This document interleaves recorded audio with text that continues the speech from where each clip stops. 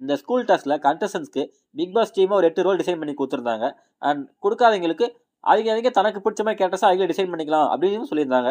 So contestants அந்த கேரக்டர்ஸை கரெக்டாக role play பண்ணாங்களா, இல்லை இடையில கண்டஸ்டன்ஸோட ஓன் கேரக்டர்ஸ் தனியாக வெளியே காமிச்சு ஏதாவது பண்ணாங்களா அப்படிங்கிறது தான் முதல் கேள்வி. பிபி ஸ்கூல்ல அனுப்பப்பட்ட நம்ம கண்டஸ்டண்டாகவே இருந்தாங்களா, இல்லை அந்த கேரக்டராக மாறினாங்களா?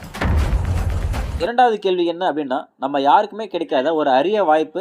அண்ட் நம்ம எல்லாருமே ஆசைப்படுற விஷயமும் கூட அதுதான். அந்த ஸ்கூல் படிக்கும்போது நம்ம இருந்த ஏஜுக்கு போனோம்னா நம்ம எவ்வளோ ஜாலியாக இருக்கலாம் அப்படிங்கிறது தான். இந்த அரிய வாய்ப்பு கிடைச்ச கண்டஸ்டன்ஸ் அந்த வாய்ப்பை பயன்படுத்தி ஜாலியாக இருந்தாங்களா, அதை என்ஜாய் பண்ணாங்களா இல்லையா அப்படிங்கிறது தான்.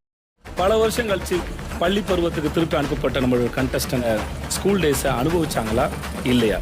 இப்போ நீங்க சொல்லுங்க, உங்களுக்கும் நம்ம ஸ்கூல் படிச்சுட்டு இருந்தா அந்த ஏஜுக்கு போய் மறுபடியும் அந்த ஸ்கூல் வாழ்க்கையை வாழணும் அப்படின்ட்டு ஆசை இருக்கா?